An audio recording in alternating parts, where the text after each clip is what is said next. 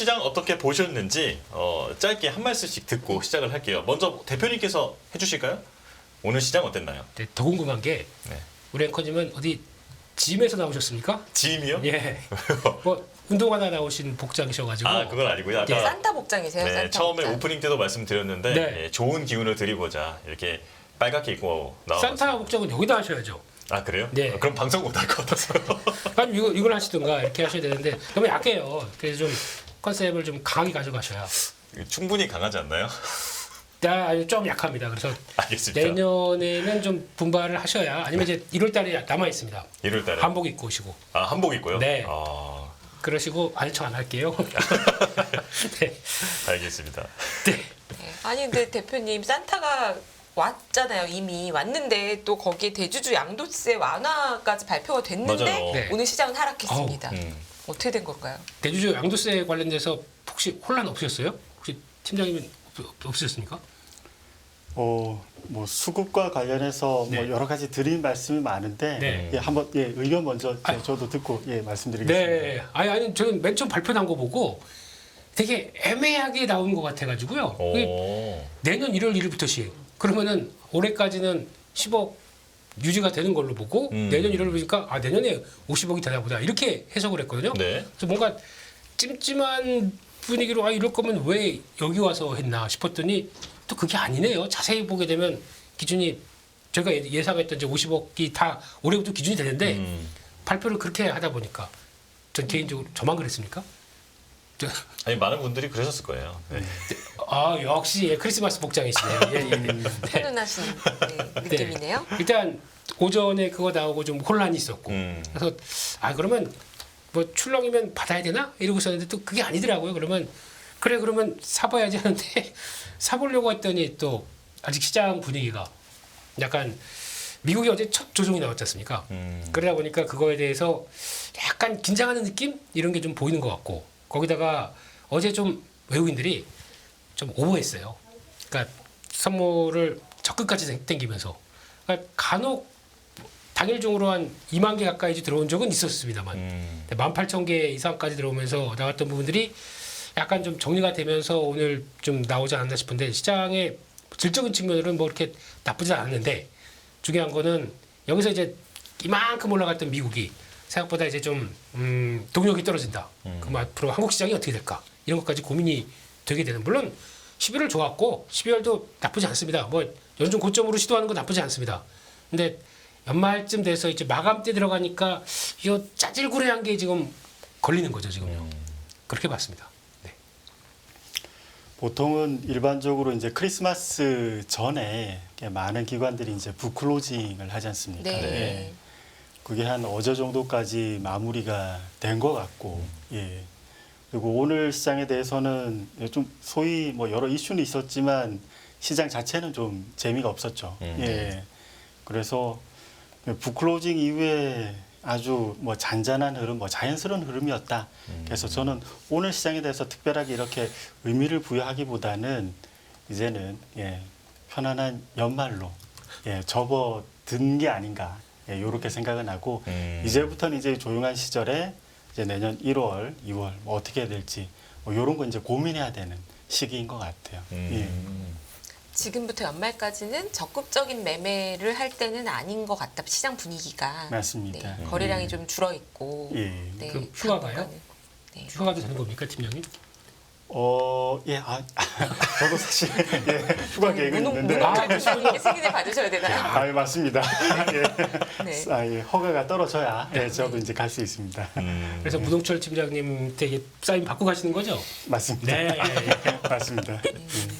그러면 일부에서도 우리가 계속 얘기를 했는데 연준의 통화정책 변화 가능성 문홍철 팀장님께서는 지금 점도표를 믿지 않는다. 근데 훨씬 금리가 빠르게 많이 떨어질 거다라고 하셨어요. 네. 네. 동의하십니까?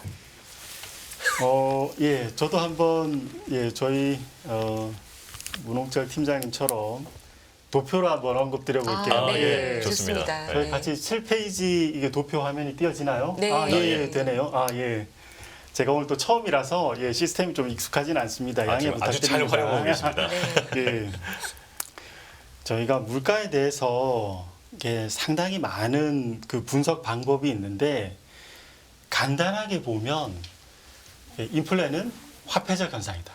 네. 예, 요걸로 이제 정리가 되고 그래서 유동성 증가율이 변하면 바로 변하진 않아요. 물가가 절대.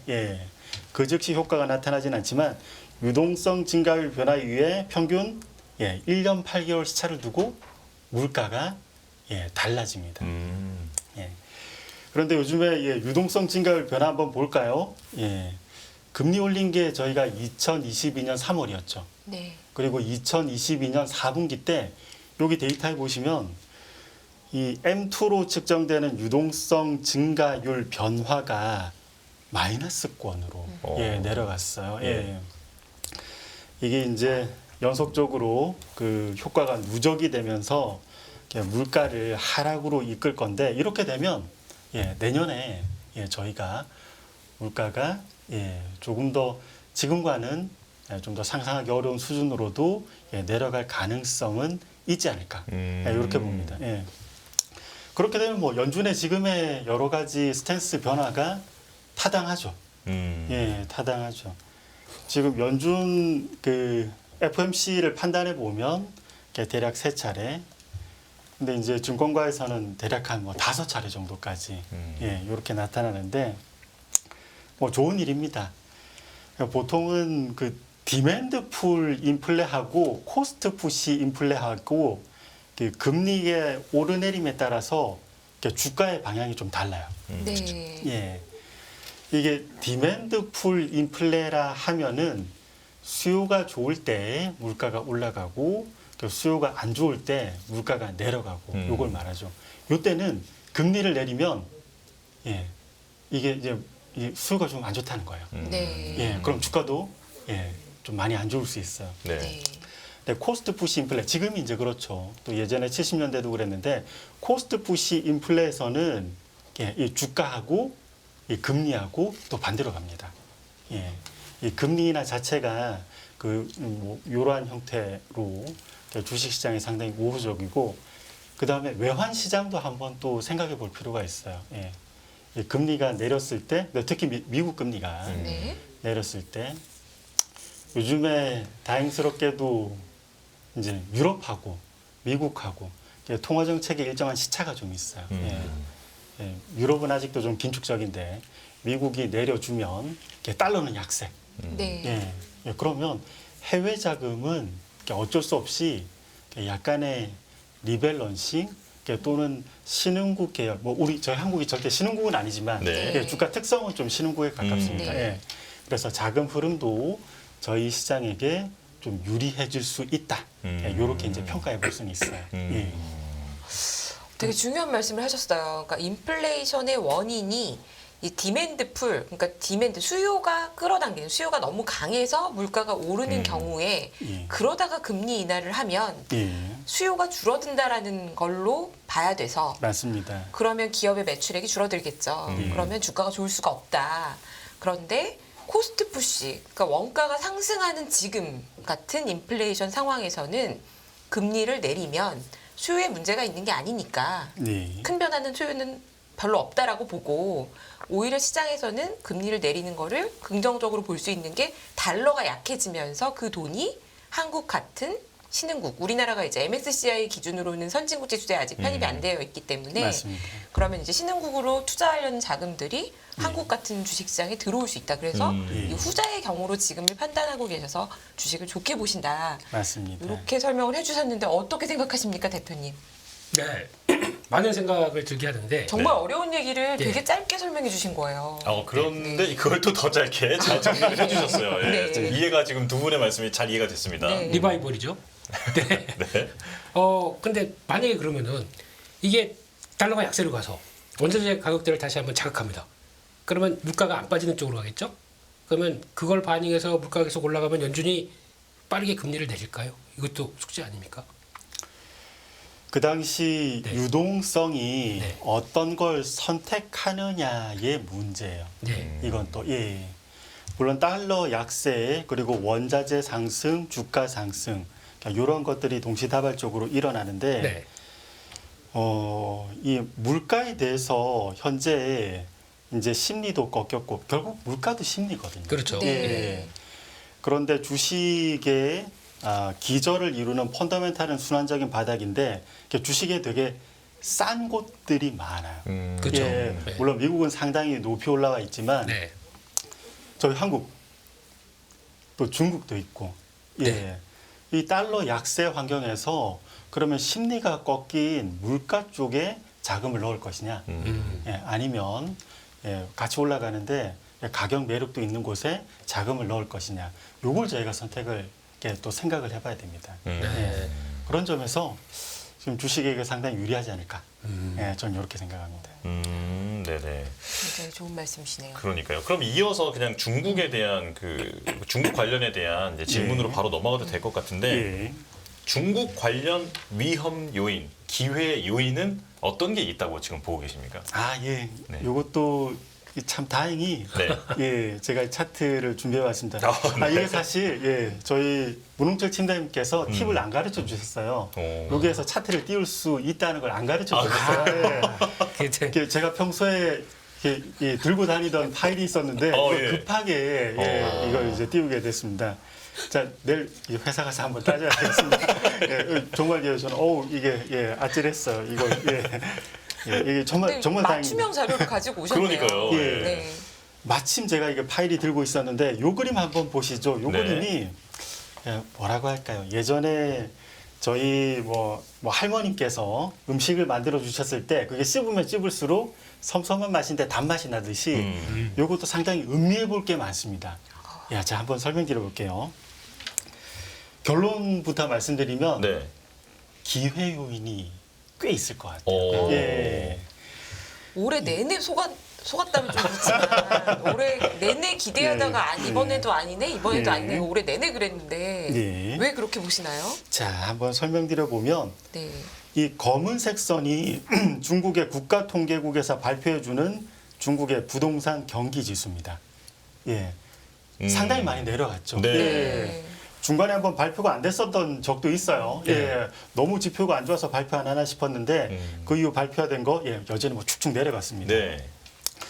부동산이 보통 이렇게까지 내려가면 부양책 나와야죠. 예, 물론 발표는 거대하게 했는데 실행은 체감하기 어려웠어요. 그렇죠. 네. 예, 이게 왜 그럴까요? 이게 왜 그러냐면 역사적으로 이유가 있습니다. 여기에 녹색 선, 화면에 컬러는 표시되죠? 예. 중국의 기준금리, 음. 그리고 회색 선, 미국의 기준금리. 90년대 중반에 이때 중국이 좀 힘들었어요. 왜 힘들었는지 아십니까? 여러분? 글쎄요. 이때 생각해 보면 간단합니다. 한국 IMF, 네. 나머지 주변 국가들 국가 부도 났습니다. 예. 중국 인근의 국가들이 국가 부도가 났으니까 중국도 당연히 힘들었어요. 그래서 중국이 부양책 한다고 이 녹색선 기준금리를 내렸는데 이제 90년대 후반에서 2000년대 초반까지 그 유명한 Y2K 버블. 네. 미국 입장에서는 시중에 돈이 좀 풀린 것 같다. 그래서 이 회색선 금리를 올립니다. 자, 그러니까 중국이 부양책 어떻게 하나요? 딱 그만합니다. 이게 가만히 이치를 생각해 보면 당연한 일이에요. 부양책을 한다고 중국이 금리 내리고 또 돈을 많이 풀었는데 미국 쪽에서 금리를 올리면 어떻게 될까요? 중국 쪽의 자금 미국에 이전시켜서 예금만 해놔도 안전하게 더 수익률을 낼 수 있습니다. 네. 네. 중국이 이때 미국이 금리를 올릴 때 중국이 부양책을 하면 괜히 힘이 더 빠지는 거예요. 자금만 유출되고 맞습니다. 네, 맞습니다. 미국만 도와주는 꼴이 될 수도 있다. 맞습니다. 네. 자, 그리고 여러분 2012년에서 15년 이때 생각나시는지 모르겠습니다. 이때도 중국이 좀 힘들었어요. 과잉 설비가 문제다 그래서 철강 산업도 과잉이고 여러 전통 산업 과잉이었죠. 그래서 중국 입장에선 소비가 답이다 그래서 이 녹색선 보시면 이때도 금리 내리면서 소비 부양책을 했습니다. 그래서 한국에서는 아모레 퍼시픽 그리고 여러 음식료 기업들 잘 갔죠. 근데 여기 저 때 기억나요? 2015년 12월 여러분도 기억나실 겁니다. 네. 예, 그때 금리 인상의 첫 단추를 미국이 끼웠습니다. 예, 그러니까 미국이 첫 금리 인상의 첫 단추 끼우니까 중국은 부양책 예, 또 딱 그만합니다. 그러네요. 예, 그럼 요번에 한번 그대로 이 역사적인 사실을 가지고 접근해 볼게요. 이 중국이 부동산 팡팡 깨지면서 내려갔는데 이 검은색 선 미국은 금리 인상했습니다. 네, 이때 중국이 부양책을 한다면 예, 과연 효과가 있을까요? 예, 중국 자금 미국으로 이전시켜서 예, 그 수익률을 그냥 누릴 거예요. 네네. 예, 발표는 거대하게 했지만 실행을 안 했던 건 어쩌면 예, 현명한 결정일 수 있어요. 자, 근데 이제 다시 이제 저희가 지금의 업데이트된 정보로 접근을 해보겠습니다. 저희 앞서서 일부에서 저희 문홍철 팀장님께서도 언급해 주셨지만, 예, 내년 이렇게 금리 인하되는 시기가 미국 연준이 5월이다. 이런 얘기 있었고, 요즘엔 좀 더 시기가 당겨지고 있죠. 3월이다. 네. 예, 점점 당겨지고 있어요. 네. 뭐 대략적으로 내년 상반기에 금리 인하할 것 같아요. 미국이. 미국이 금리 인하하면 중국은 부양책은 이제는 할 수 있습니다. 제가 볼 때 내년에 발표되는 중국 쪽의 여러 부양책은 양치기 소년의 세 번째 말하고 같을 것 같아요. 뭐냐면 예, 저희 부양책 합니다. 예, 늑대가 와요. 예, 이게 사실이 아니었어요. 예, 또 얼마 전에도 저희 부양책 합니다. 예, 또 얘기해도 사실이 아니었어요. 하지만 예, 내년에 미국 연준에서 예, 통화 정책을 변경했을 때 이때 중국에서 발표되는 부양책은 진실일 수 있습니다. 그러면 예, 저희가 지금 홍콩 항생 지수 지금 제 기억으로 16,600 정도 예, 될 것 같은데 이게 2008년 4분기 아마 그 수준일 거예요. 예. 그 금융위기로 공포감이 아주 높았을 때 네. 그 가격에서 저점이라면 다른 말로 하면 예, 더 이상 떨어질 데가 없다는 얘기죠. 매력이 있는 거예요. 네. 근데 부양책은 예, 미국 연준에서 예, 통화 완화하면 중국 부양책 그게 사실일 가능성 높습니다. 추진력까지 같이 있는 거예요. 그래서 제가 볼 때 중국 쪽 요쪽에 위기보다는 기회 요인으로 저희가 봐야 되지 않을까. 예, 이렇게 생각합니다. 예. 차근차근 설명을 해주셔서 이해가 되는데 예. 잠깐 정리를 해보면 이번엔 진짜 같다. 예. 그러니까 중국이 경기 부양에 나설 것 같고 그리고 이제 미국의 금리가 내려가는 것을 보면 내려갈 것으로 예상이 되는 만큼 중국이 이번에는 진짜로 경기 부양을 할 것 같다. 예. 네, 이렇게 일단 전망이 된다라는 말씀이시잖아요. 맞습니다. 네. 대표님, 올해 저희가 중국이 조금 될 것 같다 이 얘기를 하다가 아, 이번에도 아니네요, 이번에도 아니네요 했는데 네. 지금 강 파트장님의 설명을 들으시고 어떻게 느끼셨나요? 그러니까 지금까지 그러면 중국 정부는 네. 심리전만 했네요. 우리 한다 기다려봐. 그러다가 결국에 고통은 다 인민들이 받은 상태네요. 네. 이 다음 결과 보게 되면 다 그대로 안 왔으니까요. 그러면 심리적인 상태 쪽에서 야, 우리 진짜 할 거야. 그러면 세 번째 때 이젠 정부를 믿어보자 이렇게 나올까요? 제가 보기에는 되게 늦을 것 같아요. 반응이. 심리로 계속 두어 번을 고통스럽게 만들었기 때문에 사람 심리가 그렇잖아요. 네. 그러면 이번엔 진짜야? 그러면 진짜는 뭐 이러면서 되게 늦게 반응할 것 같아서 시간차는 좀 있을 것 같다라는 생각이 들고 게다가 또 이제 중국이 살아나기 시작하게 되면 이제 예전 같은 경우는 한국의 입장이 중국을 바라보면서 중간재를 수출했습니다. 네. 그런 쪽에서 상대적으로 많이 혜택을 받았던 때가 2000년대 중반 때였었어요. 근데 지금 같은 경우는 일단 그때보다는 교육 비중이 많이 좀 떨어졌고 그리고 이제 중국을 바라보기에는 중국이 너무 많이 크다 보니까 이제 중간재 수출보다는 직접 경쟁에 대한 흐름들이 좀 더 많아졌습니다. 그러니까 중국이 살아났을 때 과연 이제 예전처럼 똑같이 중국의 회복이 국내 같은 산업적인 변화를 봤을 때 경쟁이냐 아니면 수혜냐 이쪽은 과거보다 많이 연결고리가 좀 떨어져 있다고 봐야 되기 때문에 오히려 물론 경제가 살아나는 게 좋긴 좋은데 이 부분에 대한 어떤 강도는 좀 그러니까 우리에 대한 수혜 강도들은 좀 체크를 해봐야 되는 게 맞지 않나 라는 생각도 듭니다. 요즘 중국 어떻게 보면 중국이 우리보다 더 잘하는 거 더 많지 않나요? 여러 가지. 아까 또 말씀해 주신 것 중에 중요한 포인트가 예. 이제 양치기 소년의 세 번째 말은 누구도 믿지 않지 않습니까? 네. 네, 그래서 시장 반응도 늦을 것 같다. 네. 아주 중요한 포인트인데 그러면 예, 시장이 급하게 움직였을 때 네. 투자자들이 대응할 수 있는 그 준비 시간이 그렇게 길지가 않아요. 음. 예, 만약에 부양책한다 주가 빵빵빵 이렇게 하면 너무 많이 올랐나? 쉽게 못 들어갑니다. 그렇죠, 네. 그렇죠. 예. 그런데 투자자들의 반신반의하는 그 수준에서 여러 가지들이 움직인다면 오히려 이 기회에 대해서는 투자자분들도 충분히 누릴 수 있는 여유를 줄 수 있어요. 요것도 한번은 고려는 아니, 해봐야 될 것 같습니다. 강 파트장님도 문 팀장님 못지않게 빠져들게 하시는데 대본엔 없지만 정신 이게 잘 차립니다. 너무 중요한 얘기고 약간 시장표랑 약간 다른 의견이셔서 제가 조금만 더 여쭤보면요. 지금 댓글에 금융사회님 무슨 말씀이신지 이해는 했는데 하도 속아서 중국에 손이 안 나가신대요. 근데 저도 이 의견에 좀 어느 정도는 공감이 되는 게 부양책을 쓴다고 해도요.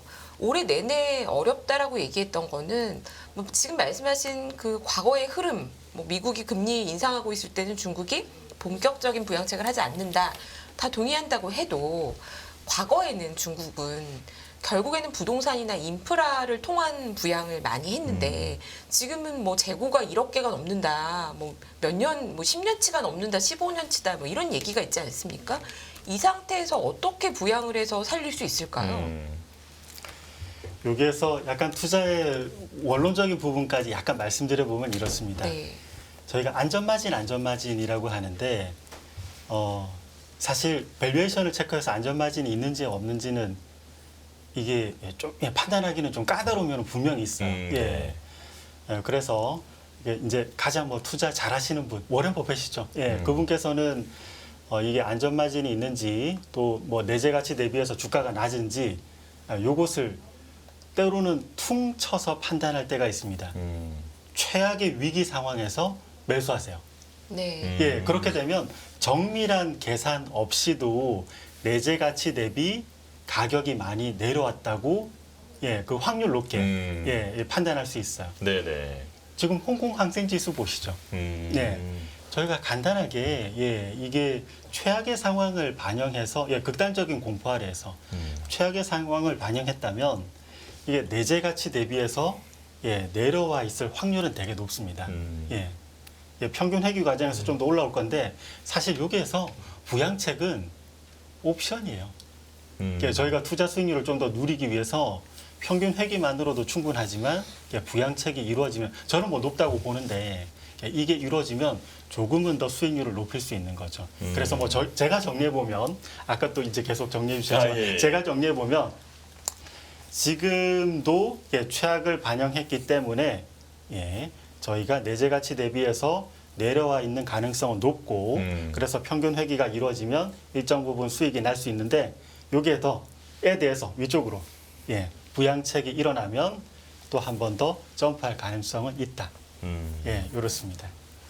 굉장히 빠져들게 하는 말씀을 하셔가지고 제가 반박을 하고 싶은데 반박을 하려고 해도 그럴 수도 있겠다 이런 생각이 자꾸 들기는 해요. 그런데 그렇습니까? 말씀하시는 중에 저희 제작진께서 홍콩 항생지수 차트를 보여주셨는데요. 네네. 거의 썰매 타고 계속 내려가는 맞습니다. 그림이에요. 저 맞습니다. 그림을 보고 있으면 도저히 손이 안 나갈 것 같아요. 그리고 김민수 대표님 지적해 주신 것처럼 중국이 부양책을 쓴다고 해도 그러면 차라리 그럼 항생지수를 사는 게 맞는지 한국 시장이 수혜를 볼 게 과연 있을지 이거 어떻게 생각하시나요? 전략은 두 가지로 나눠볼 수 있습니다. 직접적으로 항생 사는 것도 굉장히 좋아요. 맞습니다. 저 썰매 타고 내려가고 있는데 그냥 사요? 맞습니다. 네. 저희가 항상 문제가 뭐냐면 너무 타이밍을 정확하게 하려고 하는 게 어쩌면 문제일 수 있어요. 네. 많은 투자자분들이. 현실적으로 어려우면서도. 맞습니다. 네네. 맞습니다. 이게 불가능한 영역을 항상 이제 저희가 도전해서 물론 뭐 도전 정신은 좋지만 저희가 일정 부분은 좀 접고 가야 되는 게 있는데 그래서 너무 칼 같은 타이밍을 고집하지 마시고 이제 항생 지수에 접근하는 것도 한 가지 방법이고 또 저희 전통 산업들 물론 중국 쪽에서 내재화를 많이 하기는 했습니다. 그래서 저희 뭐 소재 산업이죠 주로 뭐 중간재들 그렇죠. 맞습니다. 이쪽에 이제 중국과 경쟁 관계에 있는데 그래서 요즘에 주가가 오른다 내린다 하는 그 모멘텀이 약간 달라졌어요. 뭐냐면 중국 쪽에 저가의 철강제가 저희 한국에 덜 넘어오면 저희 한국의 철강 관련 업적은 또 올라갑니다. 예, 이러한 메커니즘이에요. 그러면 중국이 부양책을 해서 내부적으로 여러 몇 가지 재고를 소진하고 그럼 한국 쪽에 덜 넘어오겠죠. 예, 이렇게 되면 또 한국도 관련한 주식들이 사실 저희 중국과 연동한 뭐 철강 업종이라든지 순수화학 업종 이런 것들도 거의 홍콩 항생지수에 가깝게 움직이고 있거든요. 예, 이것이 이 값싼 그 물품들이 적게 넘어옴으로써 일정 수준 올라갈 가능성은 있지 않을까 이렇게 봅니다. 사실 요즘도 은근히 올라오고 있어요.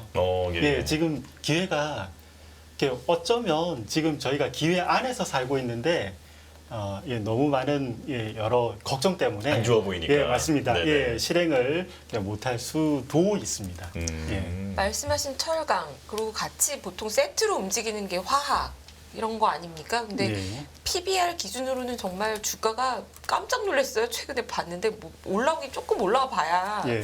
굉장히 싼 종목들이 많더라고요. 맞습니다. 맞습니다. 김민수 네. 대표님 사시겠습니까? 널렸죠 지금. 네. 아니 원래 화학은 좀 관심이 있었습니다. 하반기 들어오면서부터. 왜냐면 제가 보는 쪽은 뭐 다른 건 변함이 없다고 하더라도 유가만 변하게 되면은 그러니까 유가가 지금 그때 뭐 100달러 찍는다 그러면서 저 천정부지로 올랐다가 이제 떨어지기 시작하잖아요. 네. 근데 어떤 현상이 나오냐면 그때 유가가 떨어지면서 나오는 대표적인 납사는 당연히 유가랑 그대로 연동이 되다 보니까 근데 나머지 제품 가격들이 그대로 유지돼 있다면 납사만 지난 분기 아니면 지난달에 비해서 계속 떨어진다고 하게 되면 스프레드가 벌어집니다. 요것만 본다고 하더라도 초기에 어차피 저희가 빅베스 비슷하게 다 올해 작년부터 이어나갔기 때문에 지금은 오히려 좀 그런 걸 반영한다 그러면 화학업황은 코스트 상황으로 봤을 때는 그렇게 나쁘지 않았다고 보여지다 보니까 그게 하나의 움직임이 나왔는데 근데 그렇다고 거기서 한 단계 레벨업되고는 더 못 나가더라고요. 그건 이제 지금부터 고민하는 게 수요 단 고민을 하겠죠. 그거에 대해서 살짝 고민하고 있는데 만약에 파트장님 말씀처럼 그런 식으로 변화가 나왔을 때 중국의 소진이 오히려 자기네 쪽에 좋고 국내 쪽에선 그러니까 룸을 비워놓은 거죠. 저희는 이제 룸이 더 열려진 거고 그렇게 봤을 때는 기회가 될 수는 있겠죠. 근데 중국 관련된 쪽에서 또 하나 좀 눈길이 가는 거는 일단 요즘 많이 나오는 것 중에 하나가 아니 뭐 그럴 가능성도 있는데 중국 지수 왜 빠져? 라고 하는 거에 가장 큰 요인 중에 하나가 자금 유출입니다. 외국인들 자금 유출. 그러니까 지금 예전같이 환율이나 아니면은 어떤 그 차익 거래를 통해서 보려고 하는 상황이 아니라 그러니까 미국으로 가야지라는 자금이 아니라 중국에 대한 지정학적 리스크와 관련된 부분들이 좀 더 커지는 부분이 있다 보니까 지금 글로벌 주식형 펀드 자금 동향 보게 되면 중국은 올 하반기부터 유출이 가속되고 있습니다. 네. 그러다 보니까 그거를 채울 구석이 있어야 되는데 그러면 누군가 사줘야 될 거 아니에요. 안 사주다 보니까 나온 경향도 크고 또 그런 교차 거래 쪽으로도 아예 중국에서는 주식을 팔면 조사 들어간다면서요. 그런 얘기도 들었습니다. 아, 네. 예, 기관들이 갖고 있는 주식 팔면 조사 들어갈 정도로 야. 되게 민감하게 움직였다고 많이 하더라고요. 네. 그만큼 주가가 하락하는 것에 대한 원성이 많다 보니까 그럴 정도로 관리를 했었는데 근데 그럼에도 불구하고 외국인들 빠져나가는 자금에 대해서는 뭐라고 못했다 그러면 반대로 아마 파트장님 말씀처럼 이제 돌아가는 신호가 나온다 그러면 누구보다 돈 냄새 잘 맞는 외국인들은 다시 들어오겠죠. 그럴 변화가 나오는 거 보고 해도 늦지 않을까라는 생각이고 게다가 지금 중국 쪽에서는 지금 저희가 얘기하는 아까 M2 얘기 잠깐 하셨지 않습니까? M2는 벌써 환경은 돼 있어요. 올해부터 돈은 풀어 다 있습니다. 그러니까 음으로 양으로 뭐 직접적인 뭐 LPR을 떨어뜨리면서까지 나온 상황은 아니어도 돈은 풀어놔 있습니다. 그러니까 여기서 만약에 진짜 저희가 그래도 계속 이번에도 안 돼 하다가도 자꾸 기대를 하는 요인은 여기서 뭐가 불만 붙이면은 유동성과 함께 어떤 효과는 나올 텐데라고 하는 그 경기 부양책에 대해서는 얘기를 하고 있는데 막상 나오는 지표 보게 되면 거의 뭐 쥐꼬리만큼도 움직이지 않고 있기 때문에 계속 실망한 거죠. 그러니까 그런 시그널이 몇 개가 나와야 그나마 하도 많이 다쳤기 때문에 네네. 그래야 지금 많이 마상 입었습니다. 그 중국법에서 마상 입으셨어요. 네, 그래서 많이 삐져 있고요. 그렇기 때문에 달래주기 위해서는 그런 걸 확인하고 움직이려고 할 겁니다. 그러면 조금 늦다고 하더라도 그게 더 낫지 않을까 싶고 당장은 또 내년 4월인가요? 또 저희 ELS 그 가지고 이만큼 그거 어차피 얼만큼 손해 보고 정리되느냐 이거 문제가 있거든요. 네. 그러니까 그런 것도 있고 하다 보니까 참 이래저래 참 이렇게 마음이 편한 건 아니죠. 지금 바라보고 있는 입장이. 네. 지금 저희가 이제 중국 시장의 중국 경기에 대한 어떤 위험 또 기회 요인에 대해서 말씀을 나누고 있었는데 지금 두 분의 말씀을 들어보면 물론 충분히 조심해야 될 요인도 있겠지만 어쨌든 어떤 가능성이 보인다. 네, 이렇게 정리를 하고 넘어갈 수 있을 것 같거든요. 자, 그럼 다음 주제로 바로 넘어가면 좋을 것 같은데 최근에 그 컨센서스를 보면 상장사 영업이익이 50% 증가한다 이렇게 좀 나오고 있습니다. 이 가능성은 어떻게 보시는지 그리고 주식시장에는 또 어떤 영향이 있을지 이 얘기를 나눠보겠습니다. 이건 대표님부터 말씀해 주실까요? 네? 네. 자료 갖고 오셨을 텐데 자료부터 보면서 말씀을 하셔야죠. 아, 그럴까요? 아주 빠져들고 있습니다 지금. 네, 알겠습니다. 몽롱하게 이렇게. 자료부터 한번 파트장의 자료부터 보고 그러고 넘어가겠습니다. 저희가 한번 또 살펴볼까요? 네. 예. 3페이지에 한번 보겠습니다. 나오죠? 네. 예. 자, 이게 제가 이제 연말에 컨센서스를 조사하다가 이게 상당히 재밌더라고요. 2023년 물론 이제 4분기 실적에 대해서는 일부 추정치가 이제 반영이 돼 있는데 네. 174조 영업이익, 상장사 전체 네. 영업이익입니다. 내년에는 얼마가 나타날 것이냐, 이렇게 애널리스트들 추정치를 모두 다 집계하면 262조. 예, 이제 증가율로는 50.6%. 와. 예, 이렇게 나타납니다. 네. 물론 뭐 이렇게 50% 이상 증가했던 사례도 분명히 있는데 그래서 이 증가했던 사례들을 제가 찾아봤어요. 네. 예. 여기 이제 5페이지의 그림에 보시면 최근 한 뭐 10년 넘게 기간에 두 번 있었습니다. 첫 번째가 2009년에서 2010년 넘어갈 때, 그러니까 금융위기 직후죠. 예.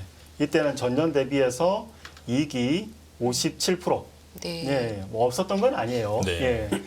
그리고 이제 두 번째가 2020년에서 2021년 팬데믹 직후. 네. 네, 이건 더 많이 증가했습니다. 70%. 예.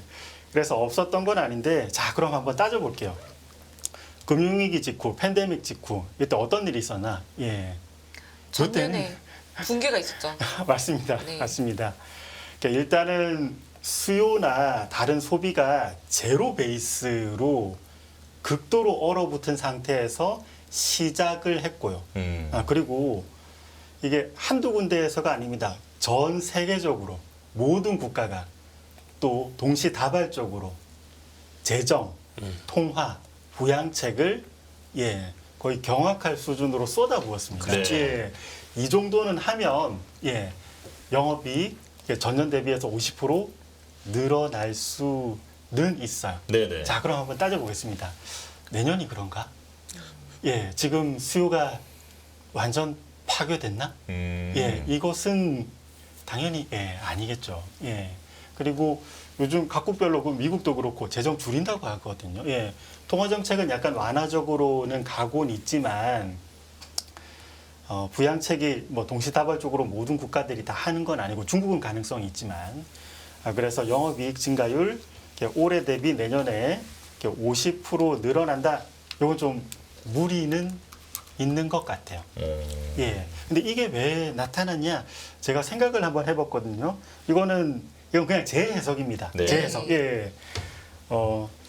요거는 뭐 과학적인 그러한 뭐 해석이 아니라 제 해석인데, 4페이지 보시면 올해 2분기 실적이 되게 안 좋았어요.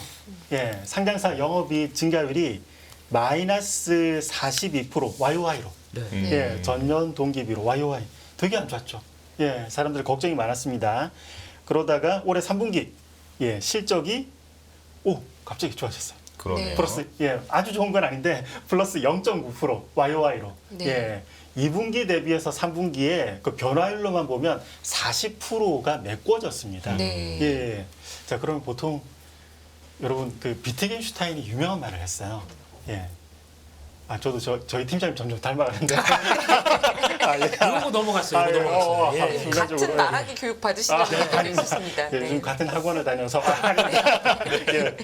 인간은 미래를 직선으로 전망한다. 직선으로 전망한다. 예. 그래서 2분기에서 3분기 넘어올 때 이 정도 40% 정도 늘어났으면 향후로도 이 정도 늘어날 수 있지 않을까. 그래서 요걸 내년 전망에 일부 투영시켰던 것 같아요. 이건 뭐 순전히 제 해석입니다. 네네. 예. 그런데 저희가 따져보면 50% 이상 전년 대비해서 이익이 늘어났었던 경우가 뭐 상당히 까다로운 조건이었죠. 네. 내년은 그건 아닐 것 같고. 자, 그러면 향후 여기 시장에 일부 영향은 미칠 수 있을 것 같아요. 네. 이렇게 주가가 실적과 연동해서 움직이는 원리는 이렇습니다. 요게 제가 요 시계 찬 걸 기대치라고 할게요. 네. 손바닥을 실제 발표되는 실적이라고 하겠습니다. 그래서 기대치가 이 정도인데 실제 발표되는 실적이 높으면 그때 주가가 상승합니다. 네. 예, 더 높으면 더 상승하고. 음. 그런데 이 기대치가 만약에 엄청 높다면 이까지는 화면에 나오나요? 예. 화면 벗어났어. 그렇습니까? 너무 높나? 화면 벗어난 이 50% 정도. 네. 예. 그러면 실제 발표되는 실적이 이 기대치를 넘기가 쉽지가 그렇죠. 않습니다. 네. 예.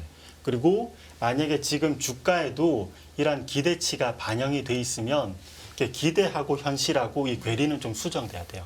그렇죠. 그래서 제가 볼 때 뭐 연준 금리 인하 상반기 가능성, 그리고 또 뭐 중국의 부양책 가능성. 그런데 주가는 너무 과도한 기대에 대해서는 한 번은 어느 정도의 정리는 있어야 될 것 같습니다. 그래서 뭐 11월 달 잘 왔죠. 12월 뭐 산타릴리 뭐 또 아주 잘 왔습니다. 네. 그런데 내년 상반기에는 이 기대와 현실의 괴리에 의해서 주가가 일시적으로는 뭐 횡보 내지 조정 과정, 뭐 건전한 조정이라고도 할 수 있어요. 네. 자기의 적정 가치를 찾아가는 거니까. 그래서 이렇게 한 번은 이러한 과정이 나타나지 않을까. 이렇게 생각은 합니다. 네. 예. 그럼 이렇게 질문을 드리고 싶어요. 과거에 그러면 50% 상승 증가, 이익 증가는 어려웠다면 말씀하신 거에 저도 완전히 수긍을 하는데요. 그럼에도 불구하고 그게 추정치가 낮아져도 뭐 그럼 낮아지는 폭이 어느 정도일진 모르지만 23년 대비 24년 실적이 30% 성장 이렇게는 가능하지 않겠습니까? 맞습니다. 그래서 또 그렇다고 하면은 예. 주식시장은 어차피 30%는 성장할 건데 이렇게 생각해서 기대보다 좀 못하긴 해도 뭐 그냥 주식은 그냥 가자 이렇게는 할 수가 없는 걸까요? 문제는 네. 그게 반영이 먼저 된다는 거죠. 음. 근데 아까 파트장님 말씀처럼 시장은 앞서가거든요. 네. 그러니까 항상 그쯤 되면은 분위기 좋으면 막 올려요. 근데 추정치 막 올리다가 많이 잘했는데 비슷하게만 나와도 한국 증시는 세론이지 않습니까? 빠져버려요. 그러다 보니까 나오는 현상인데, 근데 아까 말씀하셨던 자리가 올해가 170조 정도쯤 되죠. 맞습니다. 내년에 딱 그것만 봐도 그래요. 그러니까 삼성전자 올해 거의 뭐 죽었고 많아봐야 올해 한 7조 나오나요 영업이?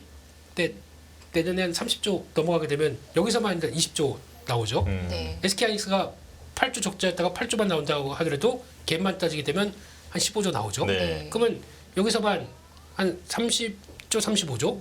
한국전력이 적자에서 마이너스만 돌아도 네. 그럼 거의 50조 올라와요. 네. 네. 이걸 가지고 170조 대비 50조 하게 되면 벌써 숫자 나오지 않습니까? 네. 그거에서 지금 나와서 내년은 실적 좋아질 거야 라고 하는 부분들이 가세되어 있는데 그게 그러면 지금 아까 고대로 하겠습니다 이거 파트장님 근데 이렇게까지 하시지 않았는데.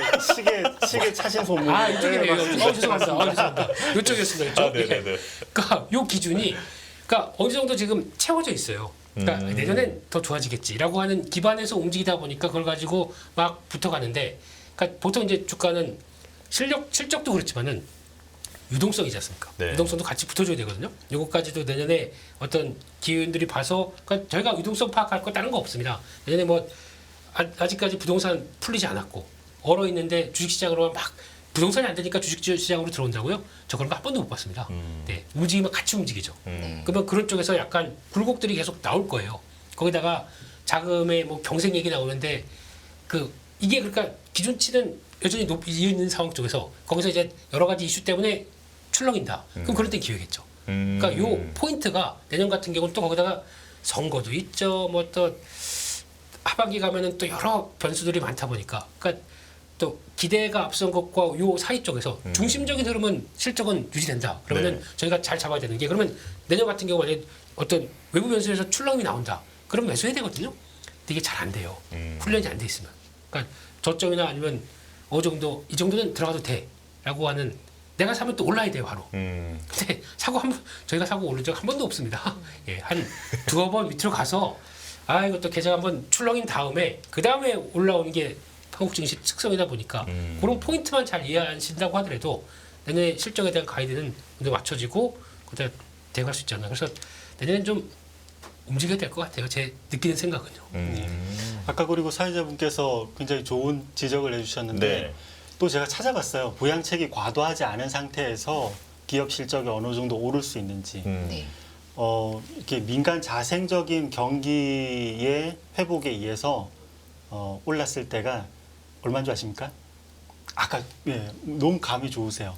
37% 정도 오른 경우가 있었어요. 다만 그때 좀 특수한 상황은 있는데 그때가 2015년, 16년 요때 넘어갈 시기였습니다. 네. 예.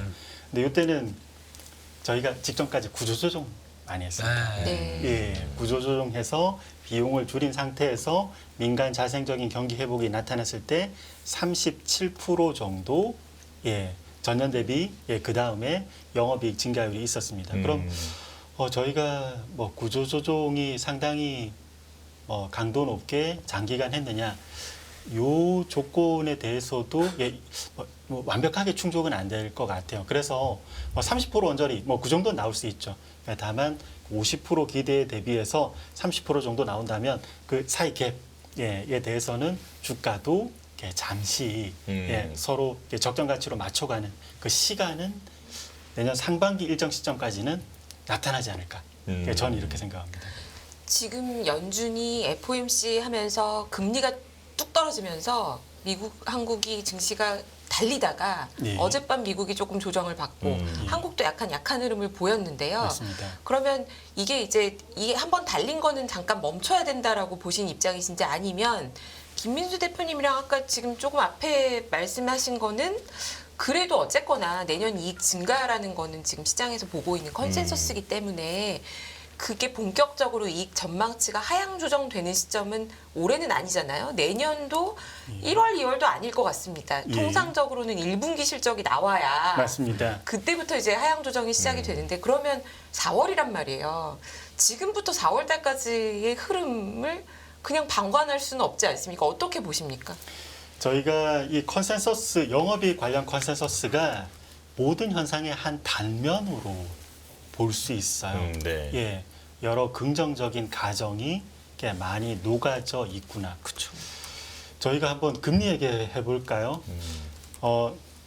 이건 저희 문홍철 팀장님하고 좀 같이 좀 다시 다른 자리에서 얘기를 해봐야 될 것 같긴 한데 네.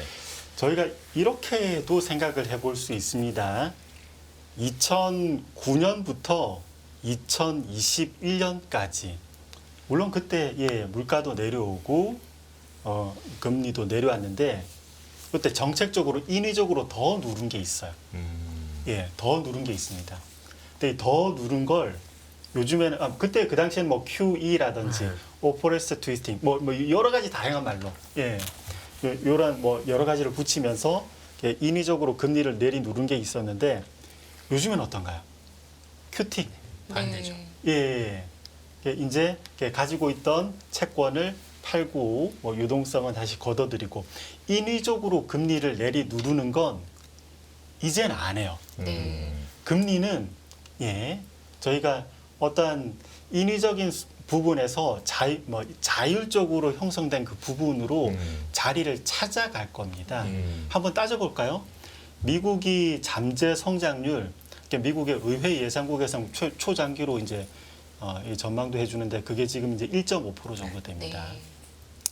그리고 미국의 연준에서는 2% 정도 이제 잡는 거죠. 그럼 그 더하게 하면 금리는 성장률과 네. 인플레니까 3.5. 여기에서 만약에 더 많이 내려오려면 인위적인 손길이 다시 닿아야 돼요. 근데 인위적인 손길이 이제는 하려고 하지 않는 시기입니다. 이 금리에 대해서도 지금 시장은 상당히 긍정적인 가정들을 물론 금리는 내려올 건데 너무 무리하게 많이 한 부분도 있는 거죠. 제가 컨센서스 영업이익 요거 가지고 온 거 여러 긍정적인 가정들의 이러한 단면이라고 해석해 주시면 오히려 투자자분들에게도 도움이 될 것 같습니다. 드디어 찾았어요. 문 팀장님하고 의견이 좀 다르신 분 그러니까요. 나왔어요. 그런가? 문 팀장님께서는 시장이 생각하고 있는 점도표보다도 더 빠른 훨씬, 속도로 네. 더 많이 내릴 거다라고 내년 전망을 하셨거든요. 금리에 예, 대해서는요. 그런데 그렇게까지 많이 안 내릴 건데 시장이 지금 금리에 대해서는 좀 앞서가고 있다라는 인사권자와 다른 의견이 지금. 아닙니다. 금리는 내릴 건데. 금리는 내릴 거고 전 연말에 휴가를 가야 되고. 저희 결제가 이제 이루어져야 되는데. 그래서 또 이제 해명을 들으면 말이 또 길어질 수 있으니까 이제 다음 주제 또 네. 여쭤보겠습니다. 최면 걸릴 뻔했어요. 빠져들어가는. 그러니까요. 네. 약간 이 팀의 어떤 그 특성이 아닌가 네, 이런 생각도 드는데 그 사실 지금 이제 11월부터 주식시장 상승세 계속 이어지다 보니까 이제 많은 분들이 많은 기대를 하신단 말이죠. 근데 조금 전에 두 분께서도 어떤 전망을 해주실 때 뭐 출렁거릴 수도 있고 조정이 있을 수도 있고 이렇게 말씀을 해주셨는데 이런 전반적인 증시 상승 추세는 이어질까라고 보시는지 이거 한번 여쭤보겠습니다. 기간이 중요하죠. 언제까지 이어질까? 뭐 연말까지입니까? 아니면 뭐 내년까지 뭐 이런. 언제까지로 보십니까? 그냥 언제까지 이어질까 이렇게 질문 드릴게요. 더 어렵네요. 시기도 나오고 방향도 나오고 그러니까요. 그거는 다 일단은 단기적으로만 볼게요. 뭐 초장기적으로 다음 주를 제가 어떻게 알겠습니까? 너무 초장기적인 일이고요. 그래서 이틀만 보는 건가요? 이틀만? 단기적으로는 일주일도 초장기인가요? 초장기죠. 알겠습니다. 그때까지 어떻게 참고 있습니까? 네네네. 근데 아주 단기적으로만 보면은 일단 어제 미국 시장에서 아무 시그널도 없었습니다. 조용한데 갑자기 우리나라 시간으로 한 2시 넘어가면서부터 갑자기 우르르 밀리더라고요. 네. 이게 자정작용인가요? 모르겠습니다. 근데 미국 시장에서 최근에 보게 되면 이제 여러 가지 이제 시그널들, 그러니까 약간 저희가 시그널이라고 하게 되면 다들 이제 투자자들이 보면서 나오는 거에 과열구건 이거에 대해서 언젠가 무슨 그러니까 어떤 작용으로 인해서 한번 나오겠지라고 기대하는데 그런 게 안 나옵니다. 계속 다 좀 긍정적인 얘기들만 나오기 시작합니다. 그러다 보니까 계속 위로만 베팅했죠. 그러다 보니까 보이지 않는 손이 만들어내는 결과라고도 봐야 되겠죠. 네. 그런데 그런 쪽에서 봤을 때 당장은 아마 어제 뭐 이유도 없이 밀렸네라고 하다 보니까 되돌림이 나올 겁니다. 나오는데 그 지난번 그 최근에 나왔던 나스닥 15,000원대에 대한 어떤 믿음과 그에 따른 이제 강력한 도전의 흐름들은 좀 약화됐다고 봐야 될 거예요. 단기적으로는. 왜냐하면 그만큼 뭐가 많이 바뀐 게 있어? 라는 것보다 지금 알려진 거 다 공개됐거든요. 뭐 이렇게 될 것이 금리 정책 바뀌었다 이런 것들이 다 노출된 다음에 나왔던 추가적인 변화까지 보게 되면 심리적으로 좀 과열되어 있습니다. 이거를 좀 시켜주는 게 보여줘야 되는데 그게 어떤 식으로 보여주나. 그러니까 보통 보면 고점에서 패턴들이 고점에서 왔다 갔다 하면서 약간 우하향 비슷하게 하면서 이제 소화하는 경우가 있고 그리고 다 됐다 싶으면은 거기서 다시 한번 턴하는 경우가 나올 수 있는데 그게 이제 그러면 이번에 4분기 뭐 실적 관련된 쪽의 흐름 가지고 내년 1월 달에 또 플레이가 나올 수가 있겠죠. 이런 쪽이 나오든가 아니면 진짜 좀 올랐어라고 해서 어떤 뭐 매크로 지표들이 뭔가 반전하기 시작하면서 가격 조정이 나오든가 두 가지 흐름인데 여기서 만약에 그냥 올라간다 그러면 저는 내년 초에 조금 후폭풍이 있을 것 같거든요. 반대로. 그러니까 좀 건강한 조정, 건강한 상승은 약간 좀 이렇게 가야 되는 게 맞지 않나라는 생각 때문에 미국 시장을 바라보는 게 뭐 썩 지금 올라가서 좋아요. 기분 좋은데 그렇다고 해서 와 이제 15,000 다음 16,000 가기에는 그들도 좀 정이 있지. 그냥 확 땡깁니까? 이런 느낌입니다. 과열이 되어 보이기는 한다. 네.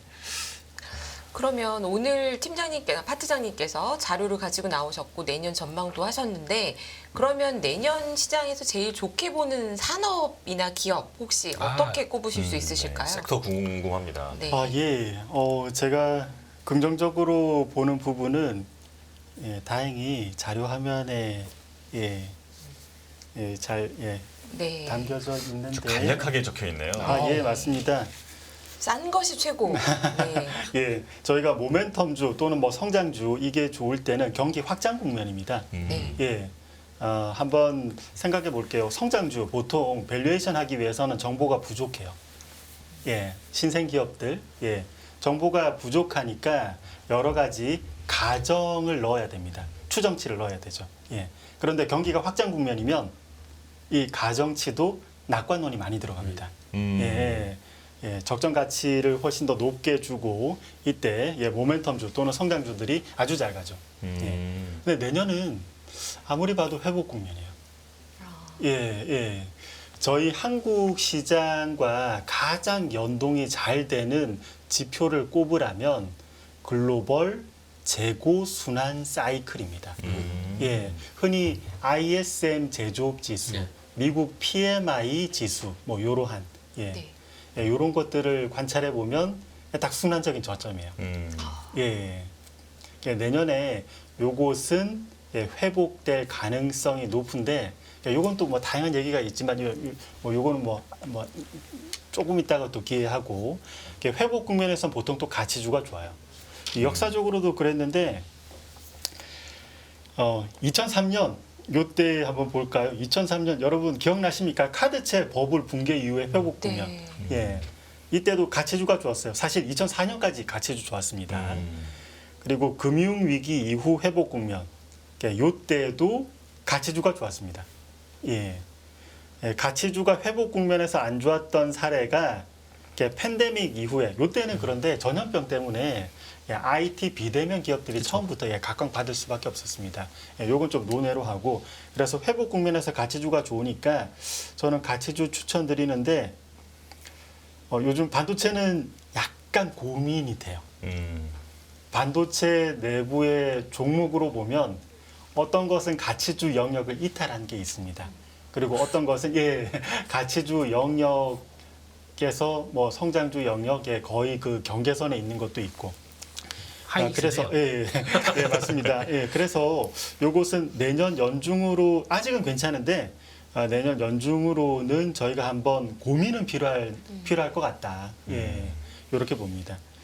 그리고 좋게 보는 것, 그러면 예, 반도체는 내년 뭐 일정 시점 이후에 고민이 필요하다면, 저는 아까 말씀드렸던 예, 철강하고 순수화, 예, 가격이 지금 추락을 반영했는데, 예, 그러면 평균 회기에 의해서도 일정 수준 가격 복원이 이루어지고, 예, 부양책은 덤이죠. 예, 부양책으로 네네. 하면 예, 조금 더 폭발적으로 올라갈 수 있습니다. 파트장님 지금 시간이 이제 거의 한 1분밖에 안 남아서요. 그렇습니까? 네. 예, 그리고 순수화, 예, 네네. 이렇게 뭐 역사상 최저 밸류에이션, 제가 말이 길었네요. 예, 죄송합니다. 아닙니다, 예, 아닙니다, 예, 요 정도로 이렇게 이제 좋아합니다. 예. 그럼 철광과 순수화학 예. 쪽이 이제 좋아 보인다 말씀을 해주셨고, 그러면 대표님 의견은 그 어떠십니까? 가치주 쪽에서 그러면은 뭐 은행, 건설 이런 건 어떻습니까? 뭐 나쁘진 않은데 예. 이렇게 상대적으로 좀 더 뭐 폭발력이 있는 거, 네. 예, 요건 제가 중국의 부양책과 함께 맞습니다. 예, 중국의 힘에 약간 더 의탁하는 게 네. 예, 퍼포먼스가 좀 더 좋지 않을까 그럼 이렇게 보고 있습니다. 선호하는 가치주는 따로 있다. 맞습니다. 예. 예. 예. 그러면 김민수 대표님이 생각하시는 좋은 섹터. 네. 가능성은 있습니다. 저도 그렇게 네. 가능성이 없다고 봅니다. 왜냐하면 네네. 시장은 신선한 걸 좋아하기 때문에요. 예, 신선한 건 내일 또 찾아오겠습니다. 감사합니다. 더 많은 영상을 보고 싶으신 분들은 화면 오른쪽에 있는 구독 버튼을 눌러주시기 바랍니다. 그리고 영상을 보시면서 좋아요는 필수인 거 아시죠? 항상 인포맥스 라이브를 사랑해 주셔서 감사합니다.